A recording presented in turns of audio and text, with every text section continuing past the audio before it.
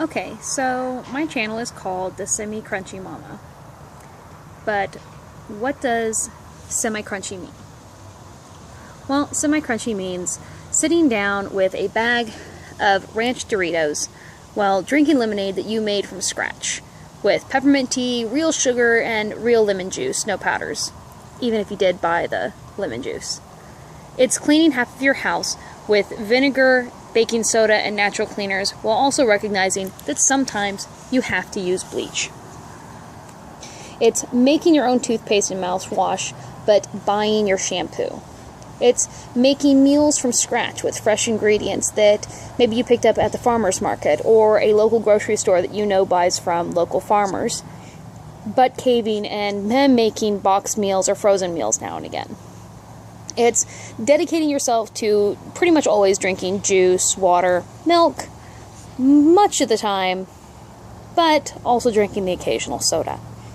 It's buying the can of organic green beans when they are on sale for $1, but realizing you need to save the 60 cents and buy the Del Monte green beans when they're on sale for 40 cents a can.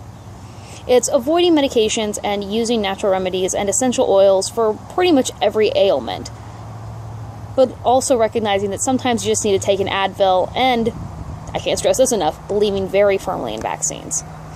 It's cloth diapering, but also keeping disposable wipes and diapers on hand because sometimes crap happens and you gotta use them on occasion. Maybe not always, but sometimes.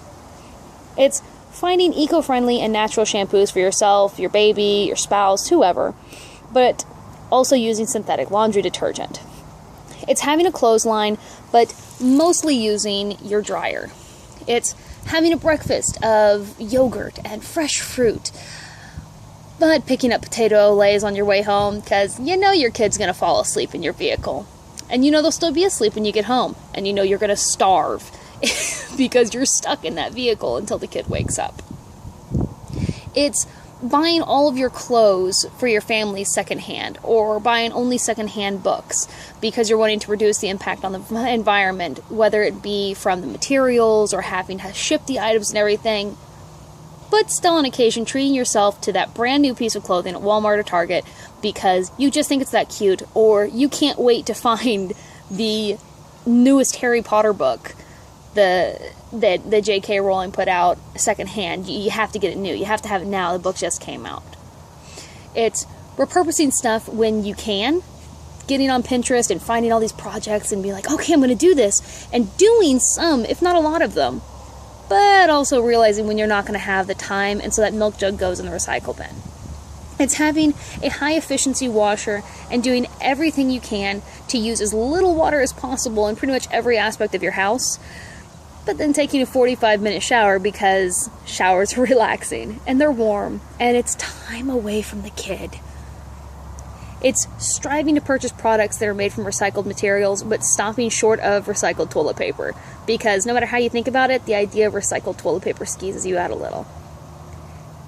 It's trying to reduce your impact on landfills by recycling as much as possible and pretty much everything in your house, but deciding to not go into composting. Being crunchy doesn't have to mean that you do it all. It doesn't mean that you have to cloth diaper. It doesn't mean you have to use reusable menstrual pads. It doesn't mean you have to use a Diva cup.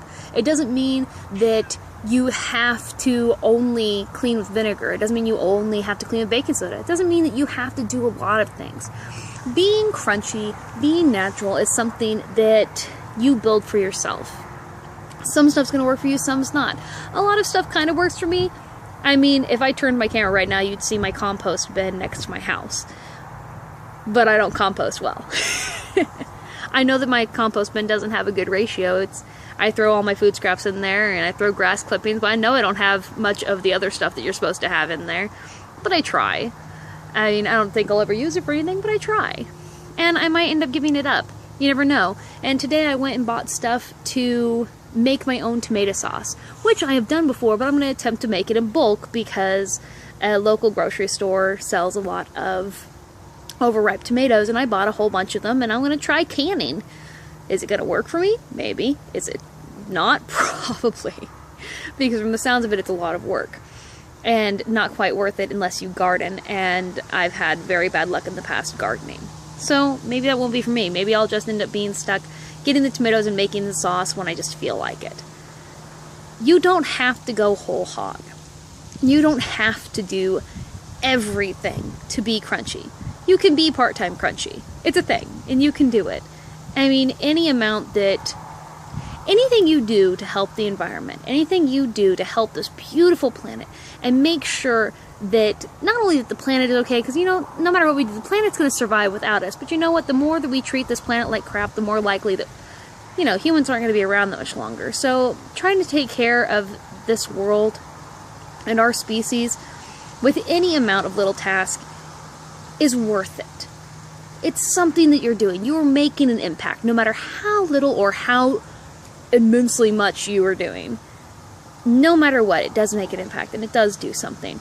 And don't feel like you have to do all of it, that you have to do everything, that you have to be crunchy 100% of the time for it to be making an impact and for it to be a lifestyle.